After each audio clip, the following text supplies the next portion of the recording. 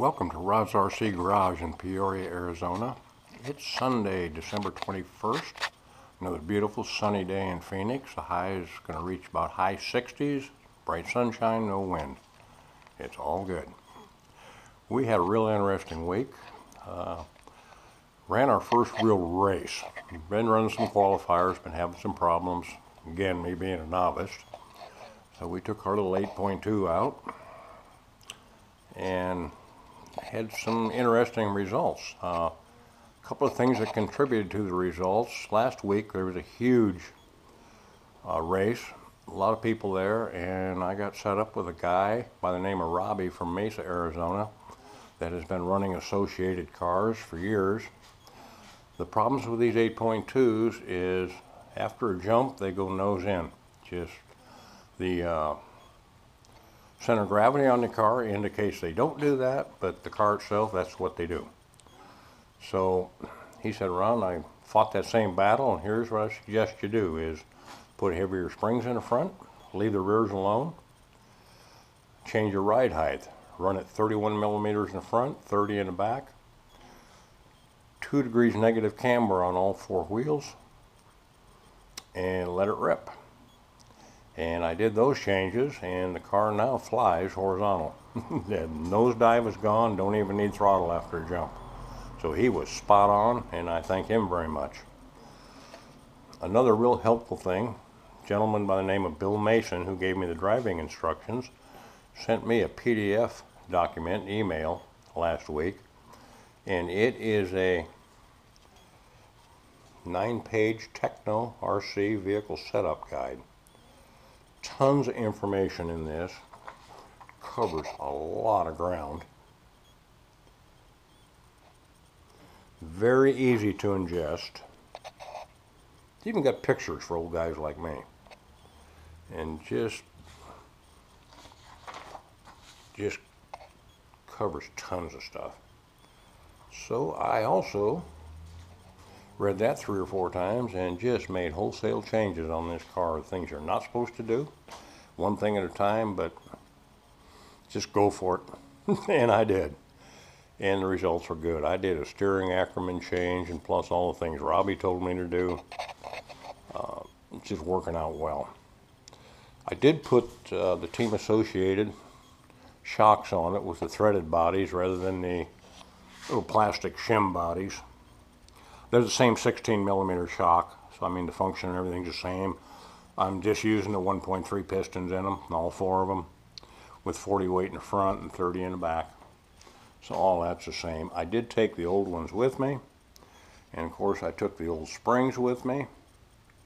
I learned to do that back in the stock car days when you just change out parts and you think it's going to work but not sure. Take the stuff you had on it with you.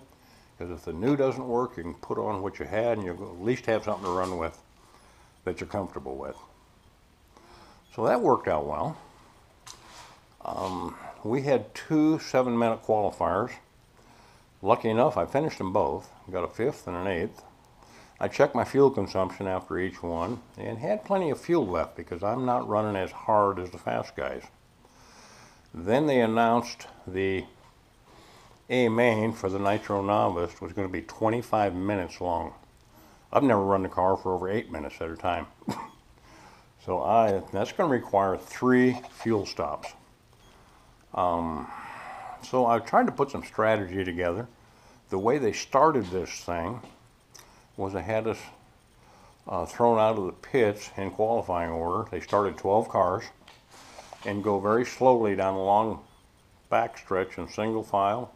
The horn went off and we were all on the clock. I had a pretty good idea in my mind what I thought would happen. And so when they went on the clock, I dropped all the way to the back. And the rest of it took care of itself. The first 2 corners were just nothing but carnage. 25-minute main, and they're trying to win it on the first couple of corners, which is fine. And so I negotiated through the carnage, and off I was going, looking in pretty good shape.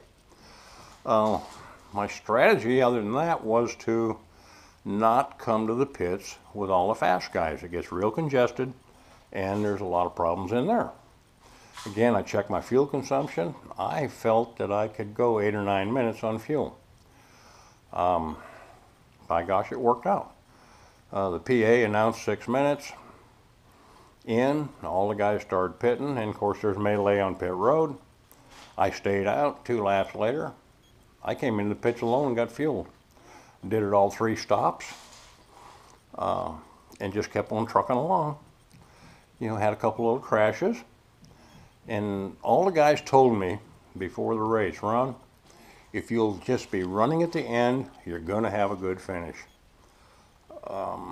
And by gosh, they were right. I kept on plugging along, was running at the end, started 12 cars, and ended up with a 4th, which made me ecstatic, and didn't tear up the car. So it's not a bad strategy, guys, for you younger guys or novice guys like myself, to not even really try and race with the fast guys yet, because you're going to be driving over your head. You're probably going to crash out, and there's a good chance you're going to tear your car all to hell. So the thing's in one piece. Yeah, it's used up. The exhaust is bent, body doesn't fit, suspension, everything's fine on it. So we just got a little tweaking. We'll do a tear down inspection, and we'll go on about it. That kind of ends it. Just really had a good time. You guys in terrible weather and everything, I just wish you could find a way out here and join us, because it's just beautiful doing this now. Our summers, not so fun, but right now it's great. With that, I want to thank you all very much for watching, and stay safe, and please, all of you, have a very Merry Christmas. Goodbye.